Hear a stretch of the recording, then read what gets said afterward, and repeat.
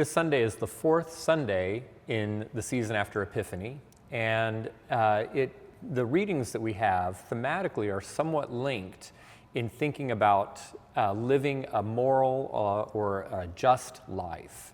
And so the reading from the First Testament, from the prophet Micah, ends with those words, do justly, walk humbly before our God. And in the gospel, we have one of the tellings of Jesus's Beatitudes. Blessed are the poor in spirit, blessed are the meek. All of this with the idea of having kind of guidelines for how we conduct ourselves in this life. And so our music will reinforce those themes.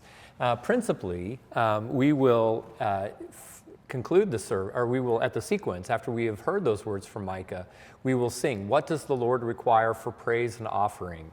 A very apt retelling, paraphrase of those words from Micah. The tune in our hymnal is by the 20th century hymn composer Eric Routley, and it was written specifically for these words. Interestingly, this was his second attempt. His first tune was also very nice, but didn't seem to quite hit the right key, as it were, if you pardon the pun. And this was his second attempt at setting these words, and he came up with what is probably one of the very finest, if not the finest, original hymn tunes of the 20th century.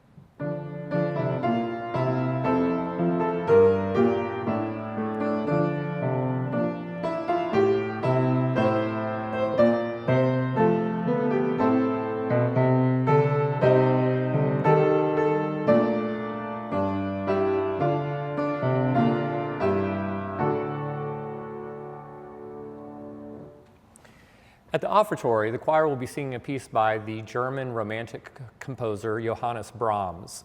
Brahms was very good friends with a violinist, and Joachim, this friend of his. The two of them didn't live in the same city, and they started exchanging through letters some contrapuntal exercises as they were young, and they were trying to master the art of composition.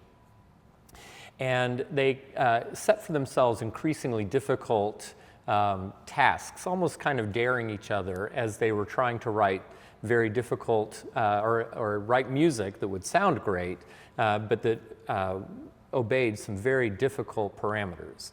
So in this piece, the choir will sing the same melody. The sopranos and tenors sing the same melody, and the altos and basses sing the same melody. But instead of doing it in a round, like row, row, row your boat, where people do it at an octave, they're actually doing it at the space of an octave and a step. So where the sopranos come in on an F,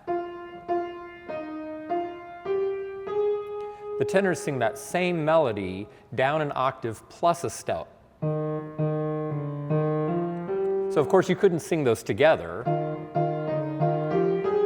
but when they space it out by a measure, it becomes really very beautiful, and you're not even aware of the fact really that the two voices are singing the same melody, just transposed by a step.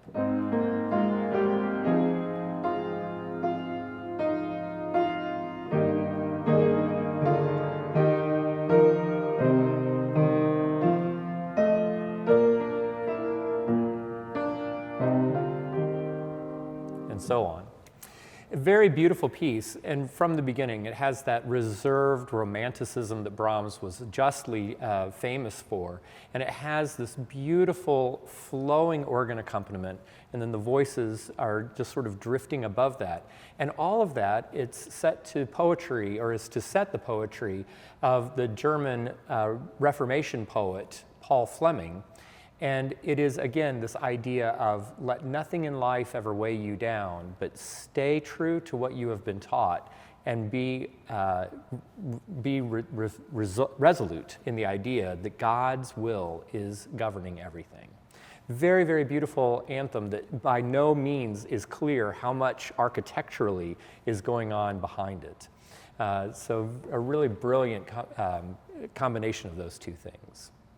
So we hope that as you continue to weather yet another storm this weekend, that you will join us. Again, we will be very clear if there is weather that will prevent us from worshiping, but our plan will be to have all of our services here on Sunday, 8 o'clock in the chapel, 10:30 in the church.